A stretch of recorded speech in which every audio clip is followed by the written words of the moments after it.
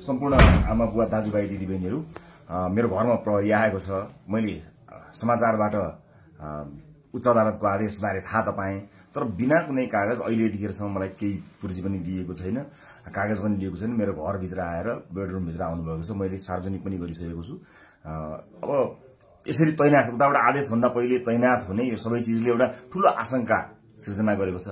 मैले सम्मानित अदालतको आदेशलाई सधैँ मानेकै छु, कानूनलाई मानेकै छु। म पहिला पनि आफै उपस्थित हुन गएको हुँ, अहिले पनि सार्वजनिक गरेकै छु। तर यो राज्य आतंक, यो धरपकड ममाथि के कारणले भइरहेको छ मैले बुझ्न सकेको छैन। भोलिको चितवनको कार्यक्रमलाई निरन्तरता दिनु होला। मलाई लागेको थियो म केही कुरा भन्छु भनेर, तर जुन तरिकाले अहिले यो सामान्य अभ्यासभन्दा पर गएर जबरजस्ती गर्ने कोसिस बिना कागज पत्र छ होला, ल्याउनु पनि हुन्छ होला, ल्याउन सकिने पनि थियो। त्यो लिएर आएर लैजान सकिन्थ्यो, भोलि ल्याउन सकिन्थ्यो। भरे पनि अझै कागज बोकीवरी प्रक्रिया मेरो लागि कुनै प्रक्रिया पूरा गर्न मानेको छैन। आतंकित बनाएर घरभित्र प्रहरी छिरेको छ। म यसै पनि गिरफ्तारी दिन्छु भनेर बसेकै छु। जे होस्, आम नागरिकले सब चिज हेरिरहेका छन् भन्ने मलाई विश्वास छ। न्यायको लडाई म एक थोपा रगत रहुन्जेल लडिरहन्छु। यहाँले साथ दिनुहुनेछ भन्ने विश्वास मैले लिएको छु।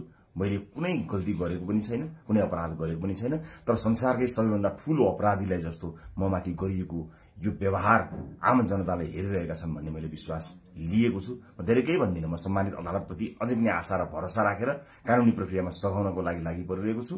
यो दुनियाँका जति पनि न्यायालयका ढोकाहरू छन् ती सबै ढोका ढकढक्याउँछु आफ्नो न्यायको लागि। र मलाई थाहा छ यहाँहरूले सबै कुराको साक्षी बसेर हेरिरहनु भएको छ होला भन्ने मैले विश्वास लिएको छु। म यति जानकारी मैले दिनु उपयुक्त ठानेर मैले यो भिडियो रेकर्ड गराएको छु।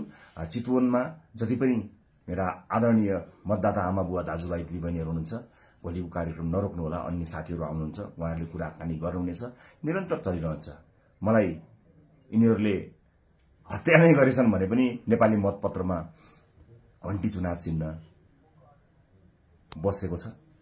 मलाई आशा छ यो एउटा आशा र भरोसाको आवाज हामीले बुलन्द पारिसकेका छौं। निरन्तरता प्रदान गर्नुहोला। म कानूनी लडाईँमा छु।